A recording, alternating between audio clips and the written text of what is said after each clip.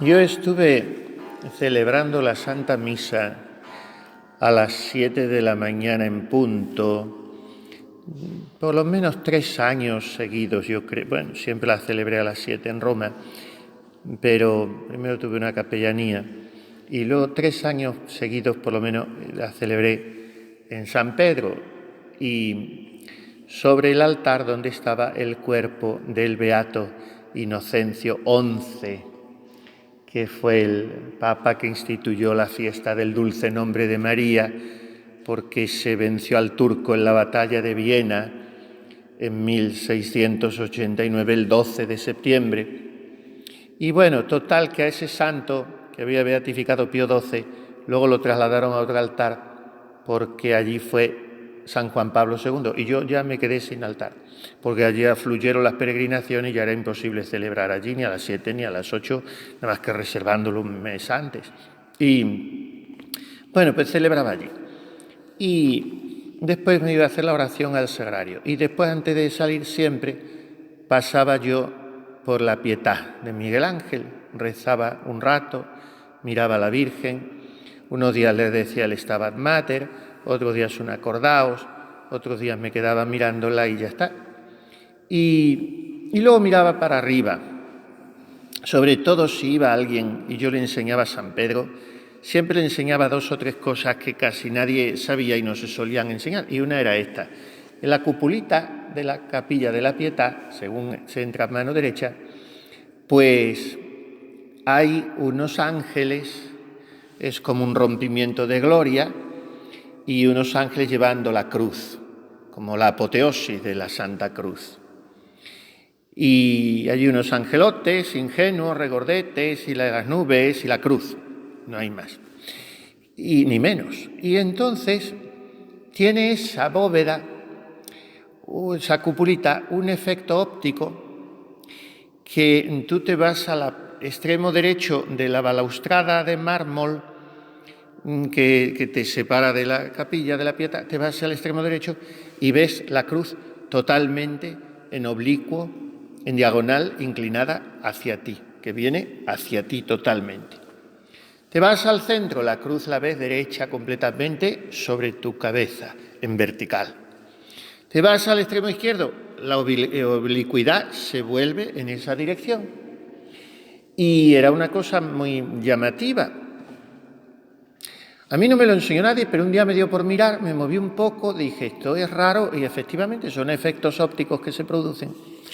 Y yo siempre sacaba de esa contemplación artística, vamos a decir así, visual, pues la evocación espiritual, que me aprovechara un poco a mi pobre alma, del capítulo último, me parece que es, del segundo libro de la imitación de Cristo, cuando dice Kempis, cantando las hermosuras y las bondades de la Santa Cruz, dice, vuélvete arriba, vuélvete abajo, vuélvete a un cabo, vuélvete al otro, y en todas partes hallarás la cruz. Porque es así. Y hallarás la cruz, además, dirigida a tu medida, a tu vista. Y si tratas de esquivarla, peor. Vamos a hablar hoy un poco, puesto que ya no se habla casi nunca, de la Santa Cruz en este primer viernes de Cuaresma, no de mes. Ahí quien me ha llamado la atención. Ha dicho usted que es primer viernes de mes, digo yo no, es el primero de Cuaresma, que en puridad tampoco lo es, porque estos primeros días de Cuaresma no pertenecen realmente a la Cuaresma, son un prólogo introductorio pedagógico que luego todavía se amplió mucho más con las 3 semanas anteriores, que ahora ya solo quedan si se celebra la liturgia tradicional, 70ª, 60ª y 50ª. Y en la semana de 50ª, los 3 días estos, o 4, del miércoles al sábado de ceniza, pero que todavía no pertenecen a la primera semana de Cuaresma, que empezamos el domingo. Entonces es una introducción, un aperitivo de abrir boca con estos signos gráficos de la ceniza, la penitencia muy seguida, ayuno 2 días casi seguidos, en fin. Y la presencia de la cruz, más explícita, más evidente. La presencia de la cruz es siempre manifiesta, porque nuestra religión es la religión del crucificado. Por tanto, si se oculta eso, estamos haciendo una traición, sencillamente, ¿no? Hoy es un naturalismo práctico lo que invade todo, también en la Iglesia, también en la vida religiosa.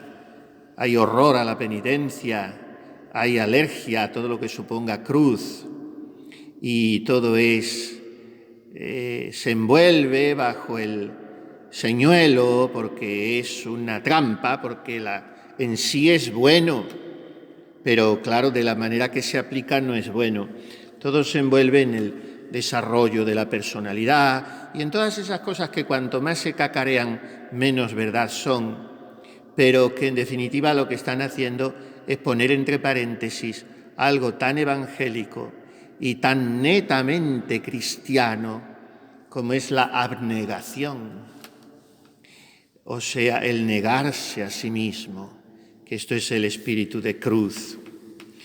Por tanto, vamos a meditar hoy un poco, viernes como es, en la cruz, pero en una mirada contemplativa al que está en él, después de que en el camino de perfección la Santa Madre nos ha invitado a que si estamos con trabajos o tristes, miremos al buen Jesús en el huerto o a la columna, todas sus carnes hechas pedazos por lo mucho que os ama, perseguido de unos, escupido de otros, negado de sus amigos, desamparado de ellos, sin nadie que vuelva por él, helado de frío, puesto en tanta soledad que el uno con el otro os podéis consolar.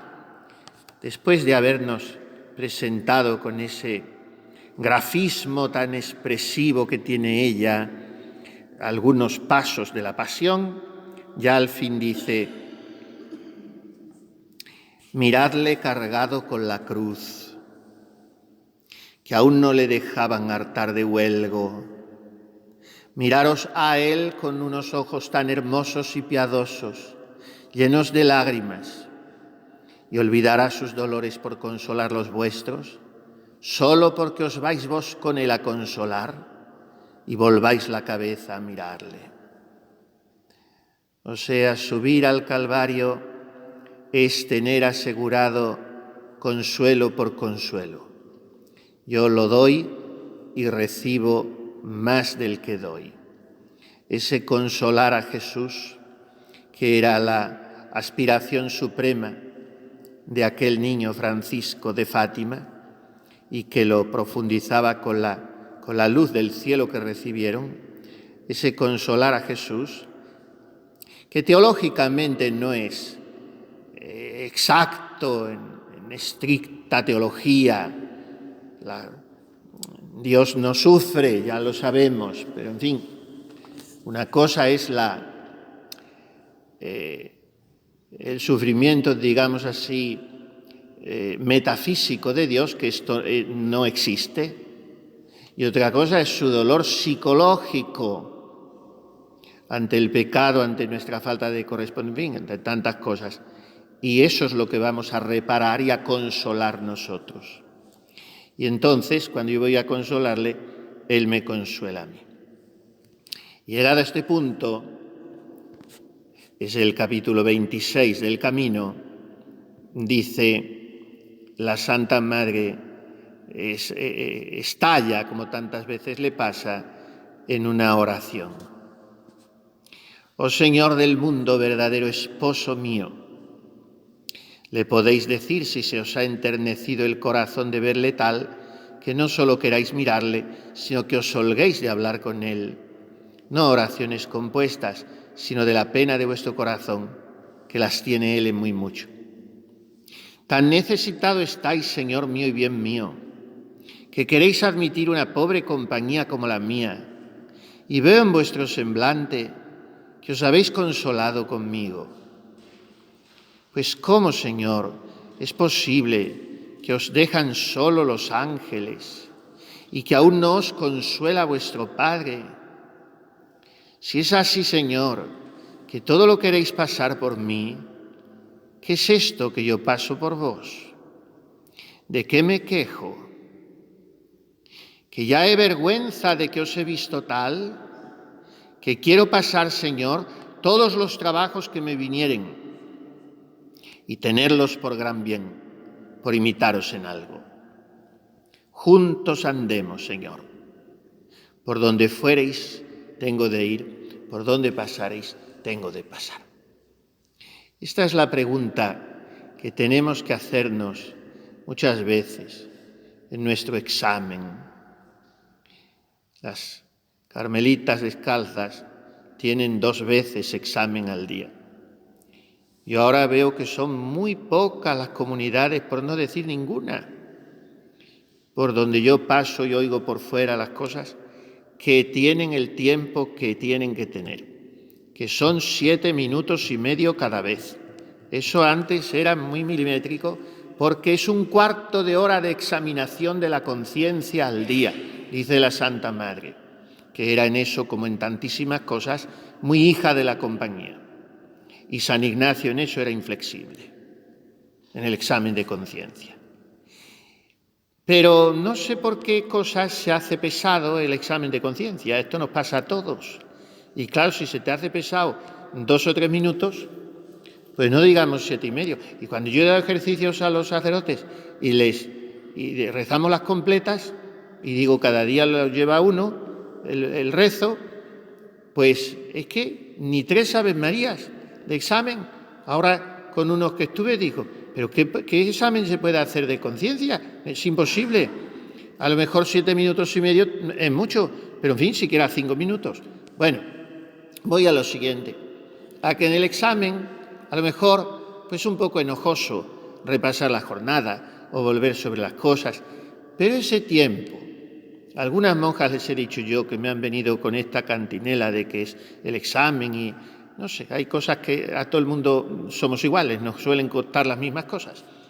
Y yo les he dicho, mire, ese tiempo de examen, si enseguida te viene a la mente aquello en lo que has ofendido al Señor, las imperfecciones que has cometido, la palabrilla que has dicho a una hermana, lo que sea, que no has obedecido con prontitud, esas cosas te vienen enseguida.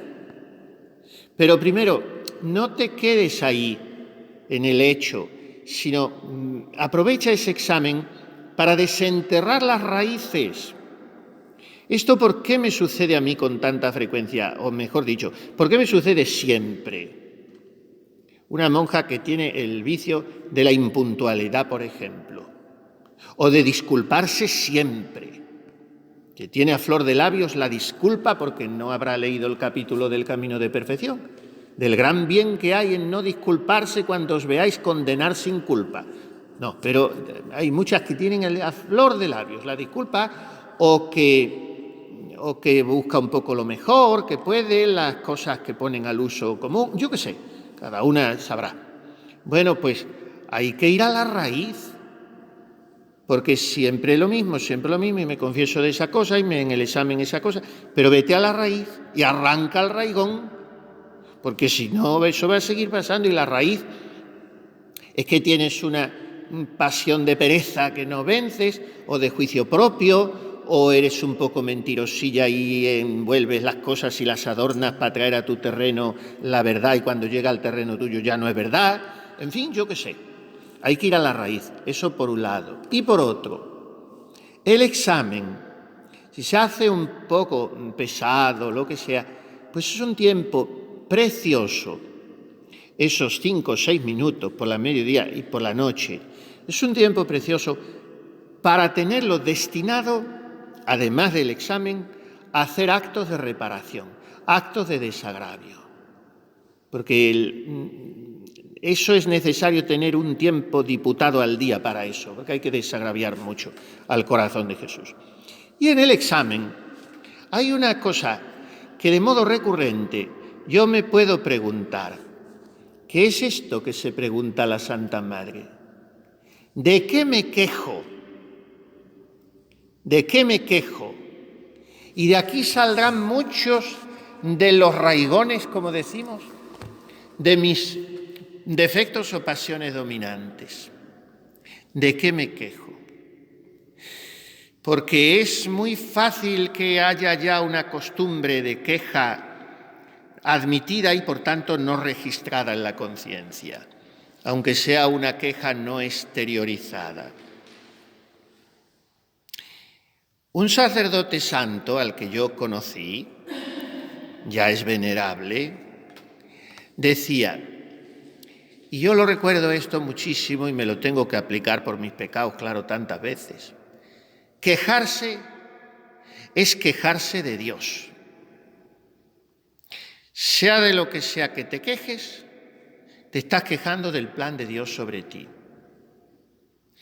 Por tanto, hay una receta que te pone en peligro inminente de ser santa, que es no quejarse nunca, ni de nada, ni de nadie, ni de mí mismo, ni por fuera ni por dentro.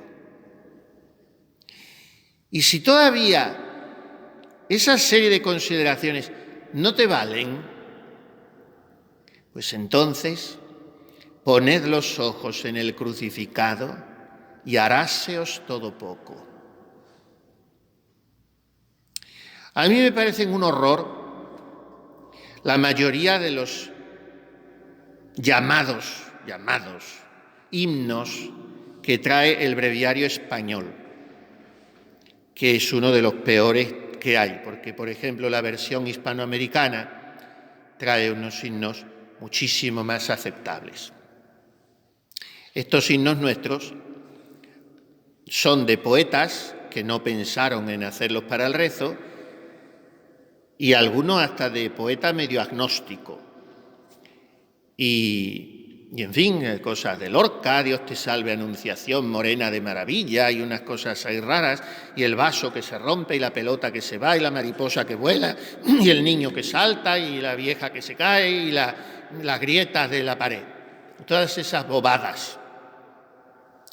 Y por eso, siquiera ya que no se reza el oficio divino en latín, que es como habría que rezarlo, que es lo que dijo el Concilio Vaticano II, porque todo lo que se dice que dijo el concilio es lo que no dijo. Y ya que ni siquiera en los monasterios se ha conservado ni el latín ni el gregoriano, pero por lo menos los himnos habría que rezarlos en latín. Pero bueno, de vez en cuando hay eso que sí son muy bonitos los himnos, tampoco vamos a tirarlo todo, ni mucho menos. Y tenemos ese de los viernes que dice esto que estamos diciendo.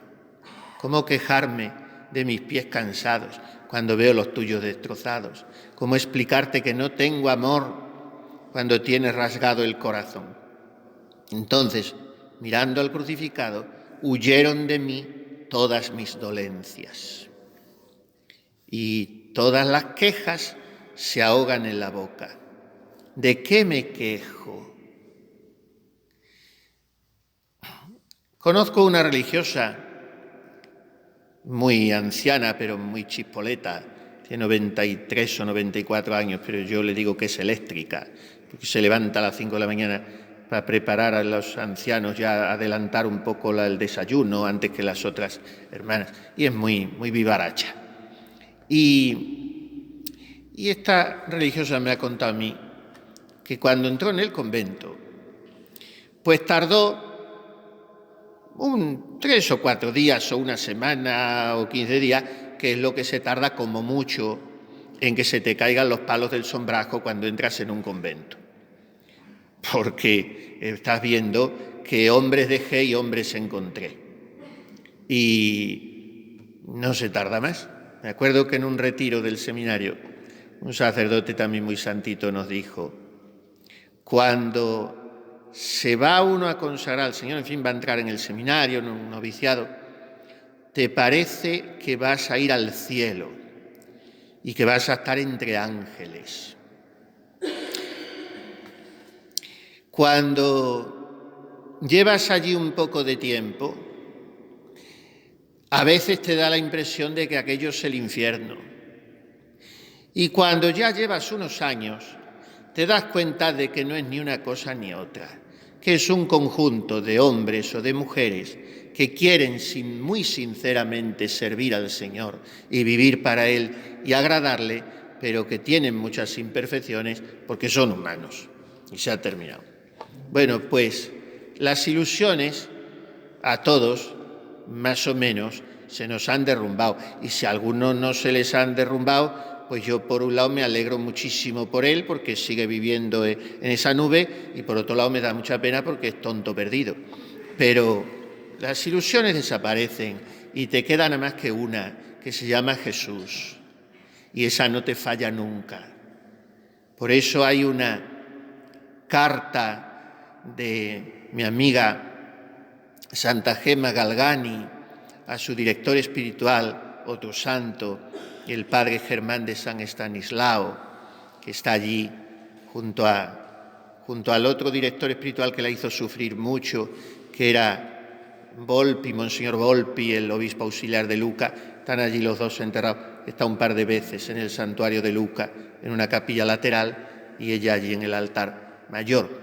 Bueno, pues Santa Gema, cuya vida es un verdadero poema, en 25 años nada más, escribe en una carta al padre que era un sabio, aparte de todo, era un espeleólogo, hizo muchos descubrimientos, cosas, en fin, y le dice: «Di Gesù non voglio che Gesù», que significa «de Jesús solo quiero a Jesús». O sea, todas las ilusiones adyacentes, accidentales, superpuestas, postizas y por lo tanto artificiosas, engañosas, irreales, todas esas ilusiones caen por su propio peso. Y si no caen es porque yo las sustento con el andamiaje de mi fantasía y vivo, pues eso, en no sé qué cirro o nubarrón o estratosfera. Pero la ilusión es Jesús. Pues esa religiosa a la que me refería dice que pocos días después de entrar religiosa descubrió que no era aquello ni tan romántico ni tan halagüeño, y claro, se fue pues donde nos solemos ir en esos casos, al oratorio o a la capilla. Y entonces sintió que Jesús desde el crucifijo le decía: ¿de qué te quejas? ¿A qué has venido? Mírame a mí.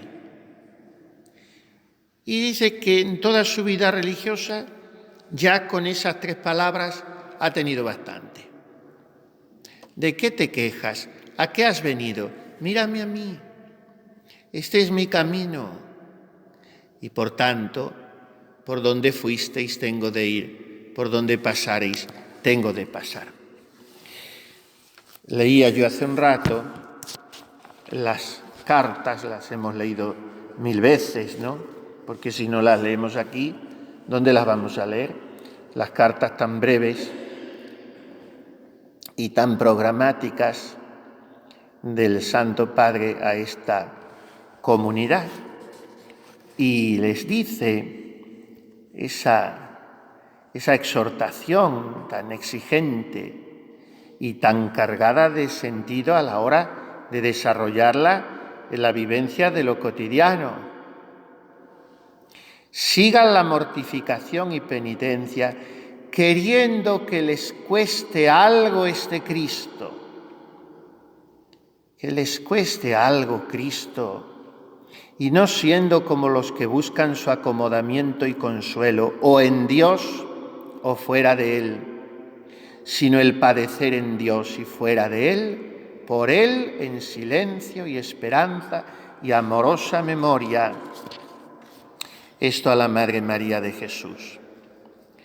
Después de decirles a cuánto están obligadas en esta fundación por el mucho aplauso que suscitó en Córdoba, y después en otra a la Madre Magdalena, del Espíritu Santo, le dice que en estos principios quiere Dios almas no haraganas ni delicadas, ni menos amigas de sí.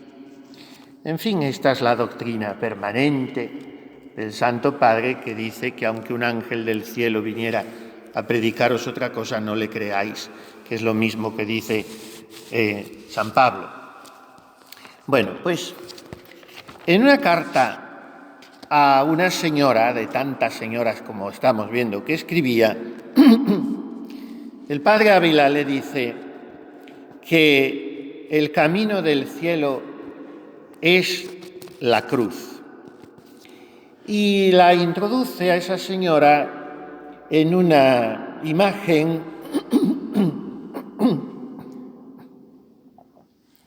que él usa de manera muy recurrente, que es la vida nuestra como una travesía por el desierto. Y es una imagen muy apropiada, sobre todo, para meditarla nosotros ahora en Cuaresma.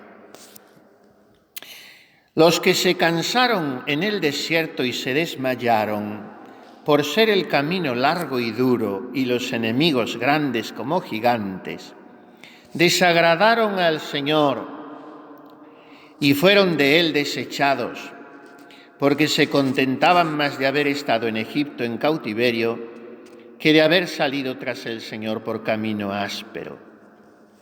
Y perdieron sus trabajos pasados por pereza de no sufrir los presentes.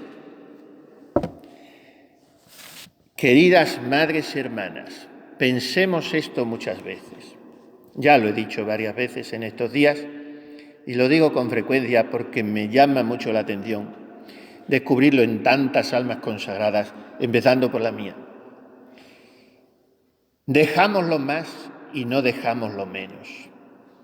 Como decíamos ayer leyendo al padre Ávila, caemos en el vergonzoso y triste estado de que pisotee nuestro corazón aquello que nuestro corazón había pisoteado. Y estamos en la casa de Dios y estamos hartos de hacer cosas buenas y nos hemos entregado a Él, pero a veces perdemos toda una carrera de años por dejar introducir la flojedad, la acedia, la tibieza, la rutina, el atolondramiento, y por no sufrir los trabajos presentes, echamos por la borda los pasados. Una monja, aunque no lo parezca, tiene que ser cada vez más santa. No se puede hacer cada vez más cascarrabias, más murmuradora, más hurtar el cuerpo a los trabajos, más espíritu independiente de no obedecer. Eso le dice también el Santo Padre me parece que es a la amiga Gabriela, en otra de las cartas que le manda, o a la Madre María de Jesús, no es porque es la priora, sino a una de ellas, que no lo encuentro ahora, le dice que en estas fundaciones lo que hace falta es que estén muy conformes todas entre sí y con la Madre Priora. Eso es lo que hace que un convento marche. No encuentro ahora la frase y la he estado leyendo hace un rato, pero esto pasa muchas veces. Pues cuando se advierte que van entrando esas cosas, pues hay que tapar la brecha del corazón, porque si no, ¿qué va consiguiendo el demonio? Que eso en que vamos flojeando constituya en nosotros una segunda naturaleza y que nos acomodemos, ahora se dice nos instalemos, y empezamos a conceder poca importancia a las cosas pequeñas. Y ahí está el riesgo. Entonces una vida religiosa, para que sea tal, o sea, para que sea santa, porque si no es una triste y grotesca y, en fin, iba a decir epítetos más fuertes. Caricatura, que es lo que desgraciadamente hoy es en tantísimos casos, porque la vida religiosa está en el arroyo.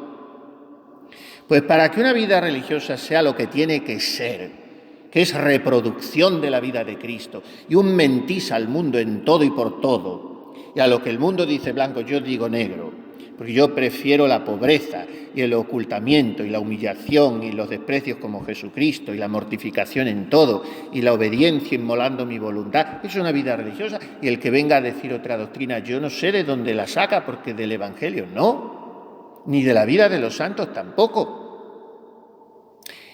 Entonces una vida religiosa, para que sea así, tiene que ser vivida en tensión de amor. Y la palabra tensión es una palabra peligrosa porque le tenemos dada muy mala prensa, porque estoy tensa.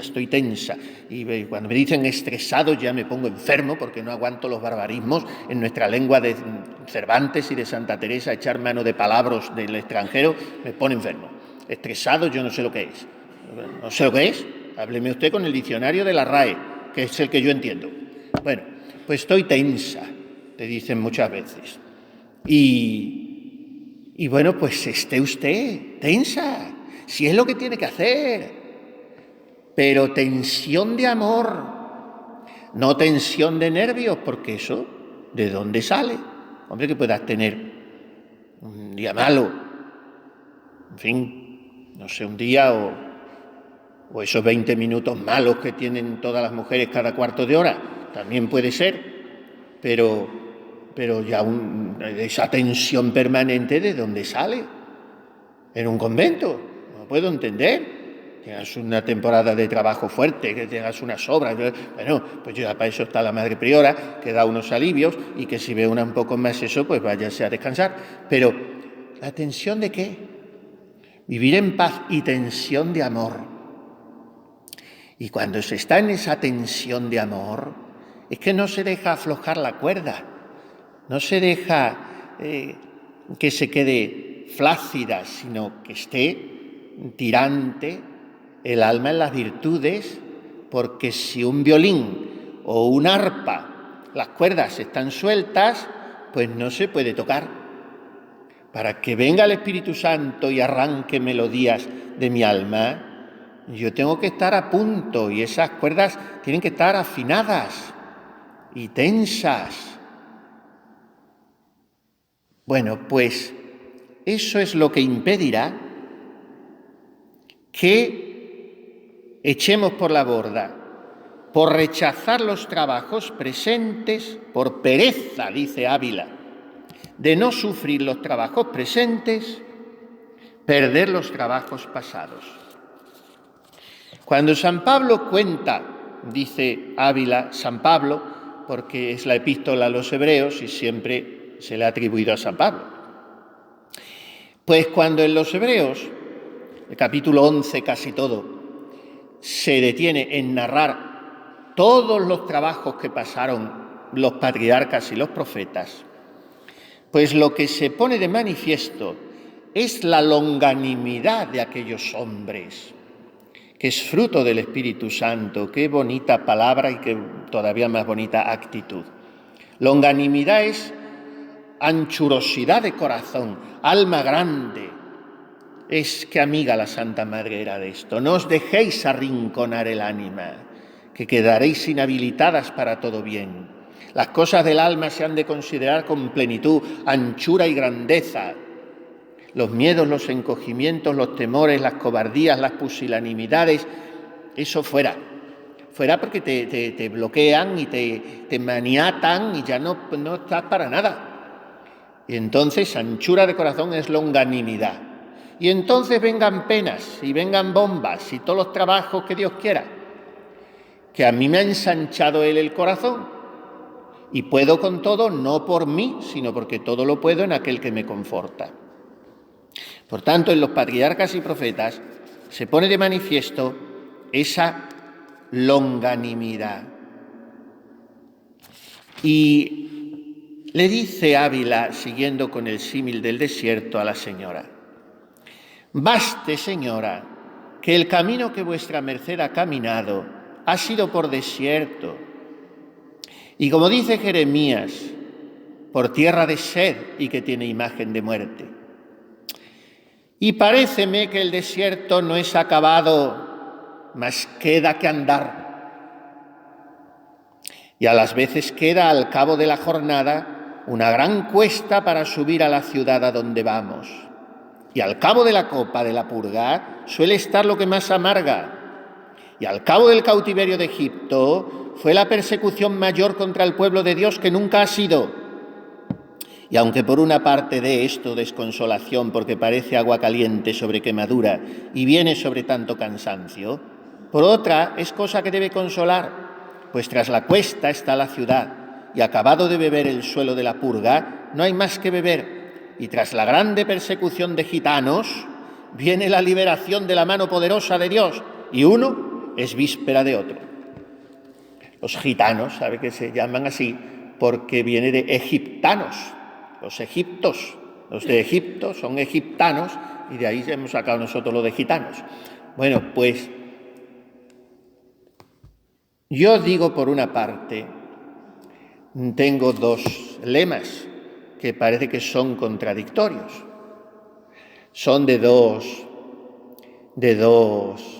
americanos. Los gringos saben mucho, son muy pragmáticos. Por cierto, ayer me llamaron 3 que se me vienen en Semana Santa, 3 seminaristas gringos. Digo, bueno, ya veré qué hago con vosotros, dónde os meto y cómo os doy de comer, todo se arreglará. Pero son muy buenos y muy listos. Los norteamericanos que son buenos son cabales. Bueno, pues estos dicen las dos lemas míos, estoy tonteando, pero en fin, me parecen muy acertados los dos. Uno es de Murphy y otro de Frank Sinatra. Y sí, verán. La ley de Murphy es que si una tostada se ha de caer al suelo, se caerá siempre por el lado de la mantequilla. Esto es matemático, no falla. Y hay un libro grande explicándolo, yo lo tengo. Y de todo el libro sacas la conclusión que es verdad, que la mantequilla, que se te ha fastidiado la tostada. Y en conclusión, las sustancias de la ley de Murphy, porque lo de la mantequilla es el ejemplo, pero la teoría de la ley es que todo lo susceptible de empeorar, empeorará. Y a mí cuando alguien me dice, ay, ¿usted qué pasa? Estamos esperando que cambie tal cosa, en fin, no voy a bajar a más ejemplos. En cosas de cada uno, lo que tiene entre manos, o donde vive, o cómo está, o cómo está. Y aquí, ¿qué me parece? Digo, pues mira, lo que me parece es que le ofrezcas de antemano a nuestro Señor lo que va a venir. Porque las cosas se ofrecen de antemano. Cuando llegan, se llevan como se puede. Porque si estás esperando a llevarlas muy bien cuando llegan, ahí te va a venir el tío Paco con las rebajas. Tú tenlo ofrecido ya. Y cuando viene, pues estás como puedes. Eso es como las enfermedades y como todo. Pero como ya lo tienes ofrecido y no se lo vas a retirar el ofrecimiento al Señor, digo, por tanto, ofrécelo. Porque no te olvides de que en este mundo todo lo que es susceptible de empeorar, empeorará. Por lo tanto, hazte el cuerpo ya a que va a irte todavía mucho peor de lo que te está yendo. Pues vaya ánimos que me está dando usted. Digo, todos, te os doy todos, precisamente para que estés preparado y muy agarrado a Jesús, que entonces, y ahora viene el segundo lema, que es el que Frank Sinatra me parece que mandó poner en su epitafio, porque era una de las canciones que más cantaba y que más éxito tenía en inglés, que dice, lo mejor está siempre por llegar. ¿Son dos lemas contradictorios? No, porque el uno es intramundano y el otro es subspecie eternitatis. Lo mejor está siempre por llegar y lo tenemos asegurado. Pronto, Señor, nos veremos en tu casa solariega.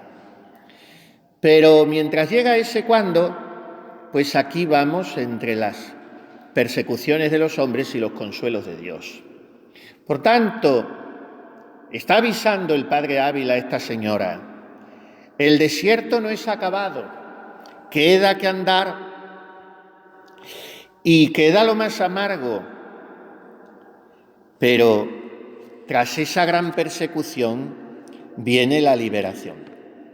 No conviene, Señora, desmayar por la grandeza de los enemigos, no por sus astucias, no por tormentos que den, que tanto será más acepta su Señor, cuanto más fuere perseverante en mayores tormentos por él.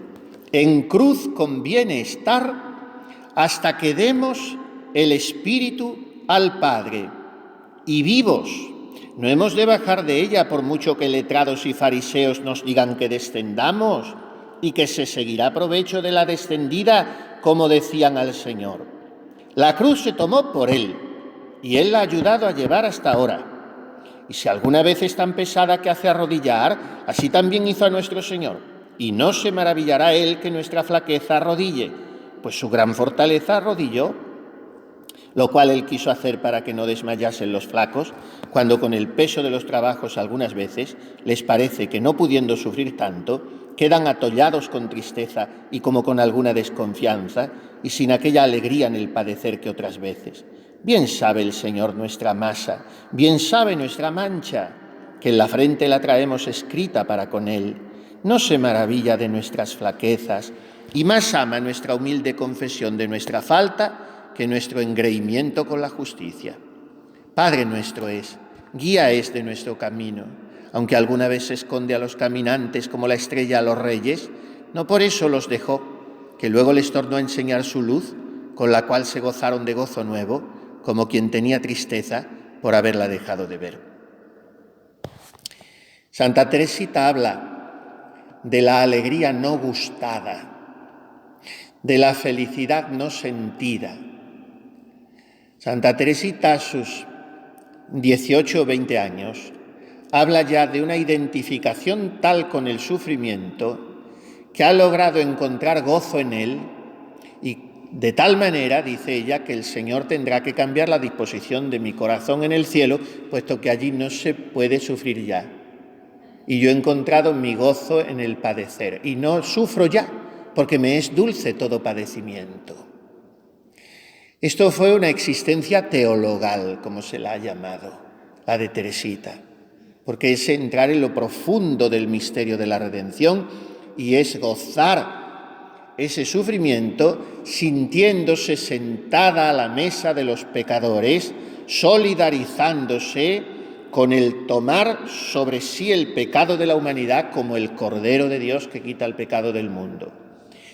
Y a través de eso ella se ve introducida en un despojo total, despojo de luz, despojo sensible y despojo espiritual, hasta el momento mismo de morir.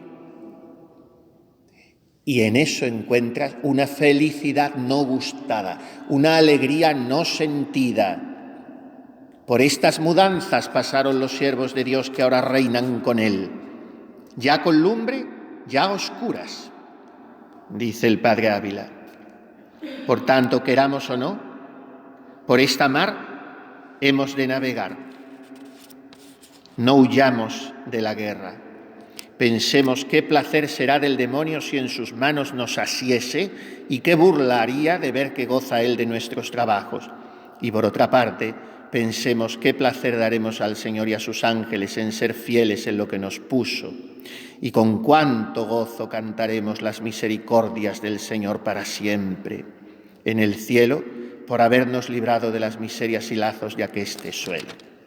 Él sea luz y esfuerzo de vuestra merced. Amén, para que todo lo pueda confortada por Él. Bueno, pensaba leer más de esta carta y un poco de otra, pero me he liado con otras cosas y estamos ya fuera del tiempo razonable, que son 40 minutos y ya con una prórroga especial 45. Estamos en 44 y medio. Suficiente. Vamos a hacer oración mucha y muy tranquila y gozosamente y esponjadamente, que es lo que más se saca de los ejercicios, y que el Señor nos siembre el amor a la cruz, porque será identificarnos con Él.